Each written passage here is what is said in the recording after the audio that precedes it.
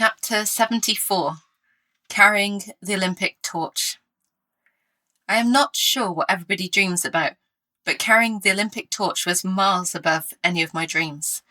To pick the torch up and inspect the golden rings, all 8,000 of them, shining brightly, each one an indicator of one of the lucky 8,000 people carrying the torch, as it makes its way from Athens to Stratford, London, ready for the London Olympics 2012. Incredible.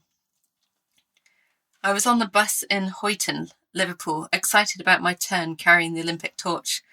All the other runners on the bus had been chatting about why they had been chosen. All the stories were incredible, and I felt inspired by each and every one of them. And there was even a few who I remembered as I had chosen them to carry the torch. I didn't remember their names, and I hadn't seen their faces, but I definitely remembered their stories.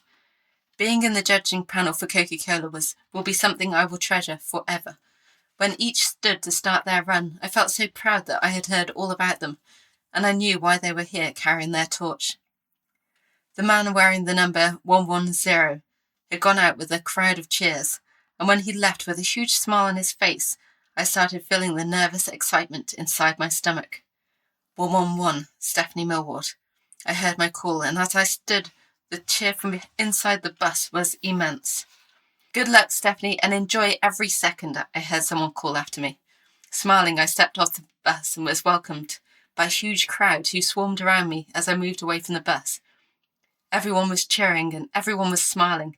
I was carrying my unlit torch, and I felt so important and so special. Can we have a picture? Smile! Stephanie! Everyone was calling out to me, wanting to get a finger onto the torch, all wanting to be a part of this 2012 Olympic Games. Stephanie, can we interview you, please? I had requests everywhere, and many photos were taken, and I tried to let everyone touch the torch. I felt so important and so special, and I was overwhelmed that I had been given this wonderful opportunity. I had been chosen to be a part of Coca-Cola's Academy of Excellence a couple of years ago, after a successful interview in Loughborough. Being a part of this Academy of Excellence meant that I was invited to work at the Coca-Cola offices in Hammersmith for 2 one-week periods every year. I loved all my experiences with Coke, and when I was asked to be part of the team who judged contestants for the Olympic torch relay, I was dumbstruck. Wow. This judging episode happened in the Hammersmith offices where all the past Olympic torches were placed on display in their year order.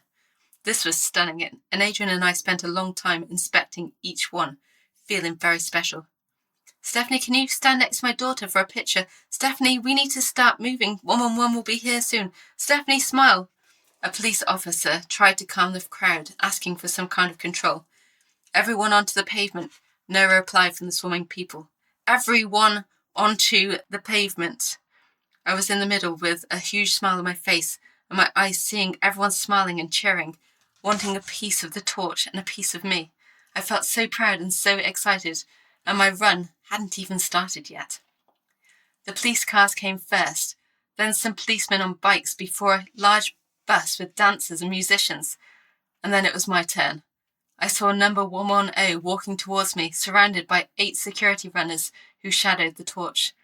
He was smiling as he walked towards me, then bent over onto one knee as a man would be posing. We had arranged for him to do this in the bus before his run, and it worked perfectly. One of the runners put a stick into my torch to turn on the gas, and as the flame bent towards my torch, I pushed my head towards it. The gas met with the flame and lit with the reaction of a huge flame coming from my torch and a massive cheer from the crowd. The kiss is the name given when the torches meet, and it worked as planned, and I was ready to go on and start my run. A big smile covered my face as I carried the torch. My feet almost felt like they were floating. Everyone in the whole world must have been watching me do my walk. Everyone could see my smile. Do you want to run for a bit? Asked one of the guards. I have MS. Can I hold onto your arm for balance? Then yeah, for a little bit. I held his arm with one hand and the torch with the other, and we picked up the pace. The cheers kept going, and it felt fantastic. Behind me was Adrian, carrying a huge banner provided by Coca-Cola with my name on it, and my mum in her heels, who was struggling to keep up, but I loved every minute of it. In total, we were allowed to run for approximately 200 metres. but my slot was slightly longer because of some safety reason. I didn't complain. I did slow the run to a walk and enjoyed seeing the crowd. In the distance, I could see the person wearing 112. We had to do the kiss again before I handed the torch to the helpers on the bus to stop the flame. And then I had to sit on the bus and chat with the other torch bearers about their once-in-a-lifetime runs. What an incredible experience, and what a wonderful gift I was given. Carrying the Olympic torch through Liverpool will be one of those amazing things that will bring a smile to my face on any occasion.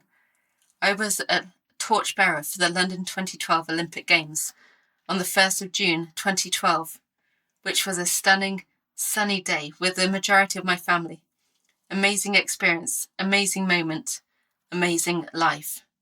I have been part of history.